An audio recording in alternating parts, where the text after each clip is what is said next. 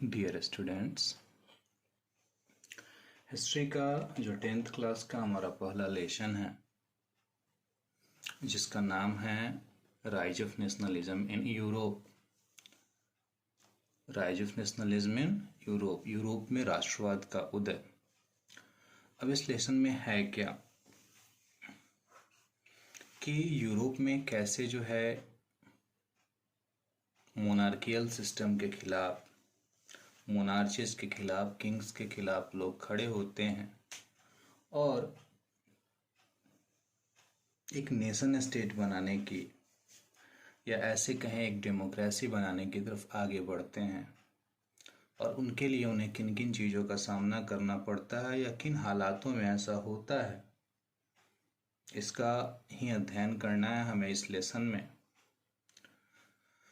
तो जो सबसे पहली चीज़ है यहाँ पे इसमें वो है the dream of world wide democratic and social republics. ये एक पिक्चर है, एक तस्वीर है जिसे फ्रेडरिक सोरियो ने बनाया था। फ्रेडरिक सोरियो एक पेंटर थे, फ्रांस के, और उन्होंने 4 पिक्चर बनाई जिसमें उन्होंने कल्पना की कि एक वर्ल्ड वाइड डेमोक्रेसी कैसा होगा या दुनिया भर में डेमोक्रेसी की अगर स्थापना की जाए तो वो कैसे आगे बढ़ेगी। इस पेंटिंग के सबसे आगे जो है फ्रांस को दर्शाया उन्होंने, और फिर धीरे धीरे जो है पीछे दुनिया भर के सारे देशों को, सारे रिलीजन्स को और हर चीज़ जो है उन्हें फॉलो करते हुए दिखाई दिए। उसके बाद हमें इस लेसन में देखना है कि नेशन क्या होता है, नेशनलिटी क्या होती है, नेशनलिस्ट्स क्या होते हैं और नेशनल यूनिटी क्या होता है। समझना है हमें what is nation, what is nationality, nationalists कौन हुए और नेशनल यूनिटी क्या हुई है। इस लेसन का जो पहला यूनिट है वो ये है the French revolution and the idea of the nation. France की क्रांति और एक राष्ट्र का आइडिया, ये कहाँ से आया, किन हालतों में आया। सबसे पहले फ्रेंच रिवोल्यूशन की शुरुआत होती है 1789 में। फ्रेंच रिवोल्यूशन की शुरुआत कब होती है? 1789 में। और यहाँ से ही सबसे पहले जो है एक राष्ट्र के आइडिया का विकास होता है। इससे पहले हम थोड़ा सा अगर पीछे जाएं तो हम इसे अगर समझने की कोशिश करें तो हमें याद होगा कि फ्रांस जो था एक बिफोर 1789 एक फुली मोनार्कियल स्टेट था। एक मोनार्क जो थे यहाँ पे शासन करते थे। लेकिन फ्रेंच रिवॉल्यूशन के बाद यहाँ की राजनीतिक स्थिति बदलती है और एक संविधान लाया जाता है जिसके तहत जो है यहाँ आगे का जो है शासन प्रणाली या आगे की जो है रूल होने की शुरुआत होती है। और इसमें जो सबसे महत्वपूर्ण चीज़ है वो है नेपोलियनिक कोड। नेपोलियन ने जो कोड बनाया, राइट्स ऑफ द पीपल, लोगों के अधिकारों की बात जो की, लोगों के पास कौन से अधिकार होंगे, लोगों के पास कौन सी ड्यूटीज होंगे, लोग किन अधिकारों के तहत जो है उस देश में रहेंगे या किन अधिकारों का पालन करते हुए वो आगे बढ़ेंगे। उसके बाद जो अगला यूनिट है उसमें हम लोग देखेंगे making of nationalism in Europe. अब ये है क्या? 18वीं शताब्दी के 18th सेंचुरी के मैप को अगर हम देखें, 18th सेंचुरी के मैप को हम देखें खास करके यूरोप के, तो हमें दिखाई देगा सही सही सीधे शब्दों में सीधे दिखाई देगा कि जैसे जो आज के स्टेट्स दिखाई देते हैं या आज के जो नेशंस दिखाई देते हैं उस समय वहाँ नहीं हुआ करते थे। ऐसा कुछ भी वहाँ पे नहीं था। जैसे एग्जाम्पल की हम समझ सकते हैं कि जो आज के समय का जर्मनी है या इटली है या स्विट्जरलैंड है, वो उस समय 2 बड़े बड़े किंगडम्स डचीज और कैंटोन्स में बटा हुआ था। और वहां पे मोनार्क्स का शासन हुआ करता था। उसके बाद जो हमारा अगला यूनिट है जिसमें हम लोग डील करेंगे, अगले यूनिट में है द एज ऑफ रिवोल्यूशन 1832 1848, 1830 से 1848 तक। अब इसमें है क्या, इस लेसन में हमें देखना है कि कैसे जो वहाँ के मोनार्क्स थे उन्होंने अपने पावर को मजबूत करने की कोशिश की, और जो नेशनलिस्ट्स थे जिनके अंदर ये भावना थी कि हमें मोनार्क्स के अधीन नहीं रहना है, हमें एक सिस्टम ऑफ लॉ के अंतर्गत रहना है जिसमें जो है पावर किसी एक व्यक्ति के पास ना हो करके सब व्यक्ति के पास हो, जिसमें लोग तय करें कि who will govern and how will they govern. तो यहाँ पे इस चीज को देखेंगे हम लोग। उसके बाद है making of Germany and Italy. यहाँ पे हम लोग देखेंगे कि जर्मनी और इटली को कैसे बनाया गया, किन परिस्थितियों में जो है जर्मनी और इटली जो हैं, जो राष्ट्र हैं, वो बनकर के सामने आते हैं। 1848 के बाद इसको हम समझ सकते हैं कि आफ्टर 1848, 1848 के बाद होता क्या है कि नेशनलिज्म जो है यूरोप में, मुख्य रूप से यूरोप में डेमोक्रेसी और रेवोल्यूशन की जो अपनी एसोसिएशन थी उनसे जो लगाव था उससे थोड़ा सा आगे बढ़ता है। और यहाँ पे जो कंजर्वेटिव्स हैं वो नेशनलिज्म के सेंटिमेंट्स को आगे बढ़ाते हैं, नेशनलिस्ट के सेंटिमेंट्स को आगे बढ़ाते हैं अपने पावर को कंसोलिडेट करने के लिए और अपने गोल्स को अचीव करने के लिए। और इसी दौरान जो है किन्हीं खास परिस्थितियों में जो है जर्मनी और इटली का निर्माण होता है, इसे हम यहाँ समझेंगे।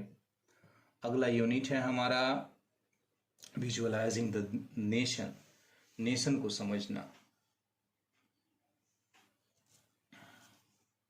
बड़ा आसान है हमें किसी भी राष्ट्र को बता देना, बड़ा आसान है हमें किसी भी मोनार्क के अंतर्गत, मोनार्कियल सिस्टम के अंतर्गत एक स्टेट की या एक नेशन की डिफिनीशन को दे देना। लेकिन एक नेशन को कैसे विजुअलाइज किया जाए जो गवर्नमेंट के द्वारा ना हो करके, सॉरी, जो मोनार्क के द्वारा ना हो करके लोगों के द्वारा हो। और उसके लिए क्या किया गया कि 18th सेंचुरी में कई सारे आर्टिस्ट जो थे उन्होंने अपने अपने तरीके से जो है अलग अलग तरह से नेशन का एक डिफिनीशन दिया, अलग अलग तरह से नेशन को डिफाइन किया। और इसका लास्ट जो सेक्शन है जिसमें हम लोग देखेंगे नेशनलिज्म और इंपीरियलिज्म को 19th सेंचुरी के अंतिम भाग तक अगर हम यहाँ देखें 19th सेंचुरी के अगले लास्ट समय तक, लास्ट क्वार्टर तक नेशनलिज्म जो होता है अपने आइडियल डेमोक्रेटिक सेंटिमेंट को होल्ड नहीं कर पाता, रिटेन नहीं कर पाता है। और स्थिति ऐसी होती है कि नेशनलिस्ट ग्रुप जो हैं आमतौर पे जो है लड़ाई करने चल पड़ते हैं, आमतौर पे एक दूसरे से लड़ने चल पड़ते हैं। तो ये किन परिस्थितियों में होता है इस यूनिट में देखेंगे। इस पूरे यूनिट में कुछ नए शब्द हैं जिसको हमें समझ लेना चाहिए अभी ही, ताकि जब उन शब्दों का दोबारा जिक्र हो तो परेशानी ना हो हमें। सबसे पहला शब्द जो है एब्सोल्यूटिस्ट है।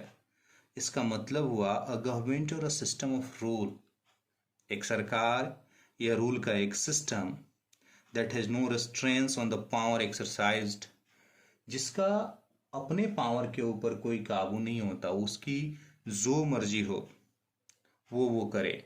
जैसे डिक्टेटरशिप में हम कह सकते हैं कि किसी डिक्टेटर के पास जो भी पावर होती है या जो भी उसे करना होता है वो अपनी मर्जी से करता है, वो किसी रूल को नहीं मानता।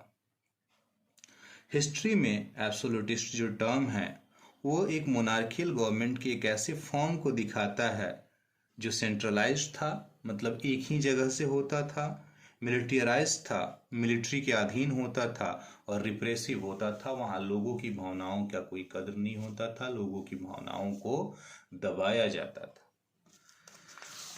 उसके बाद जो हमारे पास दूसरा वर्ड है वो है यूटोपिया। अब यूटोपिया क्या है? एक ऐसे सोसाइटी का विजन, एक ऐसे सोसाइटी का सपना जो इतना आइडियल हो, इतना आदर्श हो, that is unlikely to actually exist, जो कि शायद ही संभव हो पाया हो या शायद ही संभव हो पाए। जैसे मान लीजिए हम कल्पना करते हैं एक ऐसे सोसाइटी की जिसमें कोई समस्या ना हो, कोई कमी ना हो, कोई कुछ गलत ना करे, सब कोई सही रास्ते पे हो। तो ऐसी सोसाइटी की कल्पना करना जो है, ये कल्पना करना तो संभव है, लेकिन वास्तविकता में इसका होना संभव नहीं है। अगला वर्ड है प्लेबिसाइट। अब प्लेबिसाइट है क्या? एक direct vote, a direct vote by which a direct vote by which all the people of a region are asked to accept or reject a proposal। एक डायरेक्ट वोट जिसके द्वारा एक reason के सभी लोगों से कहा जाता है कि वो या तो किसी प्रपोजल को एक्सेप्ट करे या किसी प्रपोजल को रिजेक्ट कर दे। उसके बाद है सफरेज, वोट देने का अधिकार। अब वोट देने का अधिकार क्या है? आप समझते हैं कि हर व्यक्ति हमारे देश में जो 18 साल या उससे बड़ा हो, उसके पास अधिकार है कि वो अपने वोट को दे करके अपना प्रतिनिधि चुन सकता है। कंजर्वेटिज्म है। कंजर्वेटिज्म एक पॉलिटिकल फिलोसॉफी है जो इस बात पे जोर देती है, इस बात पे स्ट्रेस करती है कि ट्रेडिशन का बचाए रहना जो है महत्वपूर्ण है। जो पुराने एस्टेब्लिश्ड इंस्टीट्यूशंस और कस्टम्स हैं उन्हें बचाए रखना महत्वपूर्ण है। और वो ग्रेजुअल डेवलपमेंट को पसंद करते हैं, ना कि क्विक चेंज को। अगर एकाएक कोई बदलाव की बात की जाए तो कंजर्वेटिव लोग जो हैं इसके समर्थन में नहीं आएंगे, वो ग्रेजुअल डेवलपमेंट के पक्षधर होते हैं। अगला वर्ड है ideology, system of ideas reflecting a particular social and political vision. अब आइडियोलॉजी में क्या है कि उन विचारों का एक सिस्टम जो किसी खास सामाजिक और राजनीतिक विजन को दर्शा रहा हो। उसके बाद इथनिक है वर्ड। इथनिक जो है रिलेट करता है एक कॉमन रेशियल, ट्रिब्यूअल या कल्चरल और ओरिजिन को और बैकग्राउंड को that a community identifies with और क्लैम्स। जैसे कि एक कॉमन बैकग्राउंड के आधार पे ही, एक कॉमन ओरिजिन के आधार पे ही या कॉमन कल्चर के आधार पे ही हम अपने आप को जो है इंडिया का निवासी मानते हैं, या इंडिया के एक इंडियन होने पे हमें गर्व होता है। अगले वीडियो में हम लोग पढ़ेंगे in detail the French revolution,